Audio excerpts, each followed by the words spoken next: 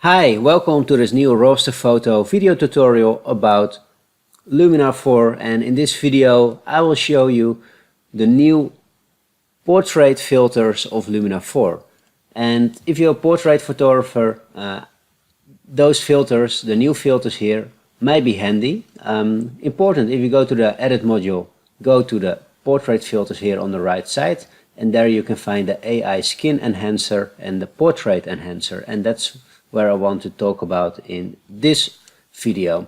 If you want to learn more about Luminar 4, about the interface changes and about the AI structure filter, please check our YouTube channel because I published other videos about those topics.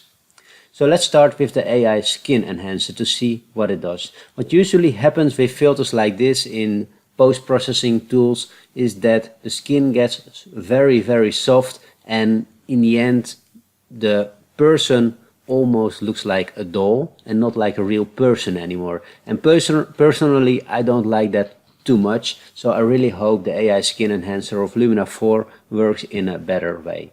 So let's zoom in a little bit to see what the filter is doing. So the amount, actually it's a very easy filter to use. As you can see, it's only one slider. It's an AI filter, so an artificial intelligence filter, which means that it is a smart filter and it should recognize the face, the skin, and it should know where to soften the skin a little bit more. So the filter is almost in the half, a little bit over, so like 58 right now, and I don't see a huge change. So let's turn it off and on. Then you can actually see a difference, but it's a very smooth difference. It's not too much. I even think if I go to 100, well, in 100 it looks kind of quite smooth, and you can see a clear difference if I turn it off and on. So then there is a difference, and this is basically what I mean. I think it is too much, but I also know photographers that love this result, so it is possible to achieve it with this AI skin enhancer filter. But most important thing about this filter, what I see right now, so let's apply it in a better way according to my opinion at least.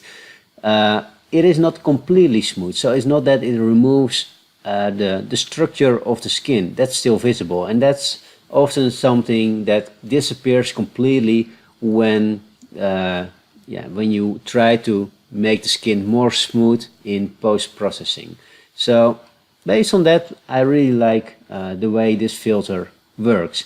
And if I turn it off and on, you can also clearly see that the skin is a bit more smooth, but like the lips, and let's see what happens with the eyebrows. Yeah, it works in the right way because nothing happens with the eyebrows and the parts that are not part of the skin.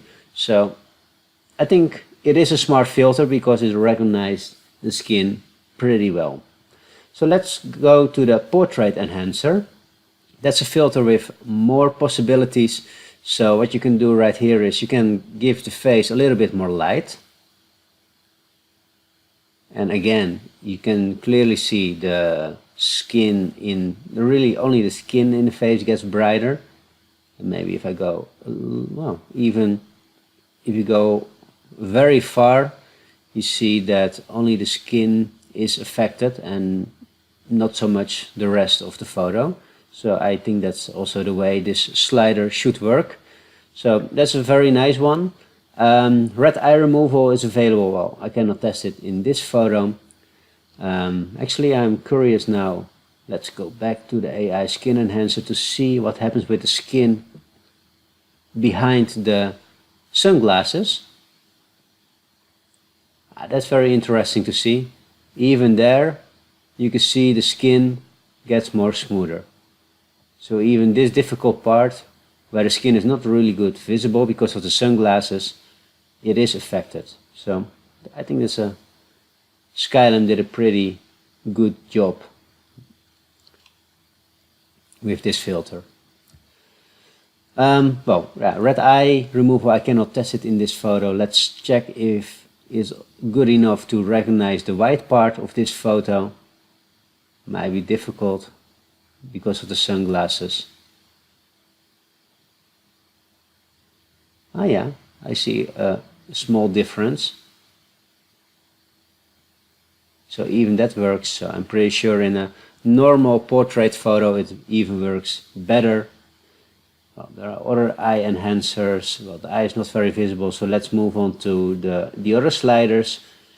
There's a slim face filter or slider, and the idea of this slider is depending on the camera lens you use, sometimes the face looks a little bit bigger than the reality. And with the slim face slider you can make the face a little bit slimmer again. So let's see if that works.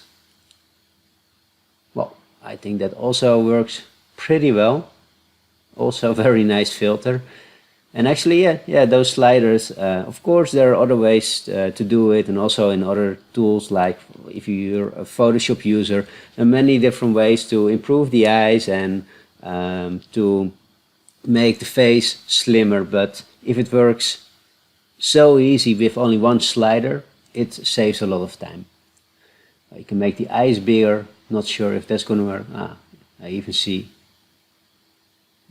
that it works with sunglasses. Of course you have to be careful because the sunglasses also change a little bit, but I think that works better in a normal portrait. The eyebrow improvement, let's have a look at that. Let's zoom in a little bit more. So the idea, of course, is to add more structure to the eyebrow, and that happens without affecting the skin. So let's turn it off and on. So that is a difference. I also see a difference here. It's a kind of a reflection, I think, of the eyebrow. The good thing to know, if you apply this slider and it doesn't apply only in the eyebrow, but for example also here in the sunglasses, a good thing about every filter in Luminar is that there is a possibility to add a mask. So basically what you can do is you can also decide to brush the effect in the photo, and then it will be only applied here in the eyebrow and not in the parts, in the other parts anymore. So that's always a good thing for any filter in Luminar, that you have the possibility to add a mask. So let's remove the mask and the eyebrow improvement. Let's move to the lips, because there are also some options to improve the lips. So you can improve the saturation, increase the saturation, I have to say, the redness of the lips. Let's check that. Yeah, I see the difference. Very nice, without affecting the skin. Let's try to add some saturation. Also that works pretty well. And you also have lips darkening, and basically what this slider does is it makes the whole lips a little bit darker, but you can also see the structures in the lips a little bit better. So before, after. Also there you have lots of possibilities to edit.